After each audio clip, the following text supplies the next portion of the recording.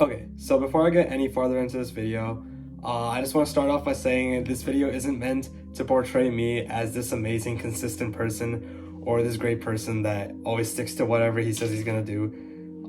If you actually watch through this video, you're gonna see how I kind of explain the exact opposite of that and how that's not really the case. Okay, so now let's actually get into it. So about a year ago is when I first started calisthenics. So not really, I didn't really start calisthenics. I kind of just said I did, and I started doing push-ups and stuff since this is a few weeks before I started going to the gym. And I had this one friend, and he worked out consistently, right? He did a lot of calisthenics. He did like pull-ups and dips and stuff, and he was really lean too.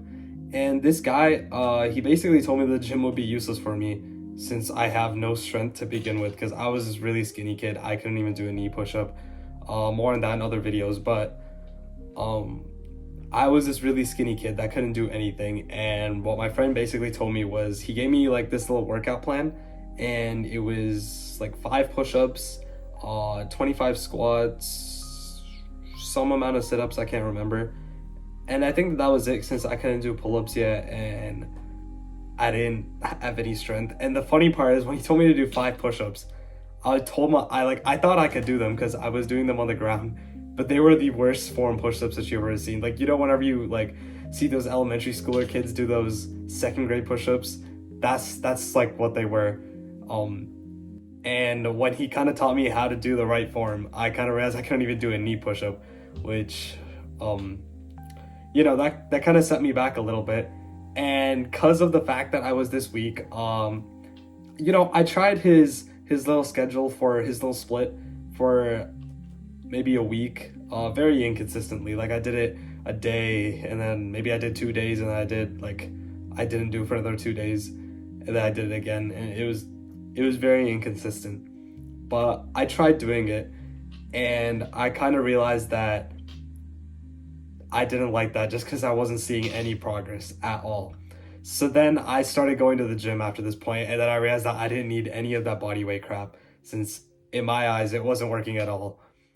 It wasn't working at all because I was weak. I had no strength. I couldn't even do the exercises that he asked me to do. So I just kind of switched to the gym, and weights, I actually saw changes. I saw increases of numbers, increases of reps, and you know, I saw progress in the gym. And when you see progress, that's kind of what you're automatically going to gravitate towards. So now, about a year later is when I started giving calisthenics another shot. So before, you know, I literally gave up after a week. It didn't work. But this time, I actually wanted to try. And pushing strength carried over quite decently, actually. I could do a few push-ups. And I mean, I couldn't do a dip at this point. I only learned how to do a dip about after a month of consistently training calisthenics. But all the strength that I had from the gym, I guess it did. I'm not sure if that's why I actually got better at calisthenics a lot quicker. Like, sure, I had a bunch of base strength, but calisthenics is like a completely different thing than the gym. But I think what it was just the fact that I was consistent for like 2 months. It's only been 2 months since I started calisthenics, consistently at least. And I've kind of realized that all the things that you see on social media and YouTube and stuff, you know, they teach you how to do a handstand in only a week. That's just not possible. Like, maybe for some freaks of nature, you can actually achieve a handstand in 2 weeks. Or for some freaks of nature, you can achieve a pull-up in a week. But for 90% of the people, that's not going to be the case. And I don't think people explain that very well on social media. And people just kind of fall under the assumption that anybody can do what they did, or anyone can do what they say they can do with their guidance. And that's just not always the case. And I'm kind of just making this video just to kind of show that the hardest part of consistency is being consistent. And that kind of sounds weird. That sounds off. How is consistency? Consistency is the consistent thing. So how are you consistent at being consistent? Okay, never mind. But consistency, it's really hard. Consistency isn't a joke. It's really hard to stay consistent at whatever it is.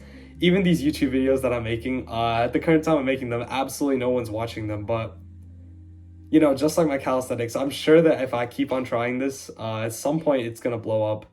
or something like that. And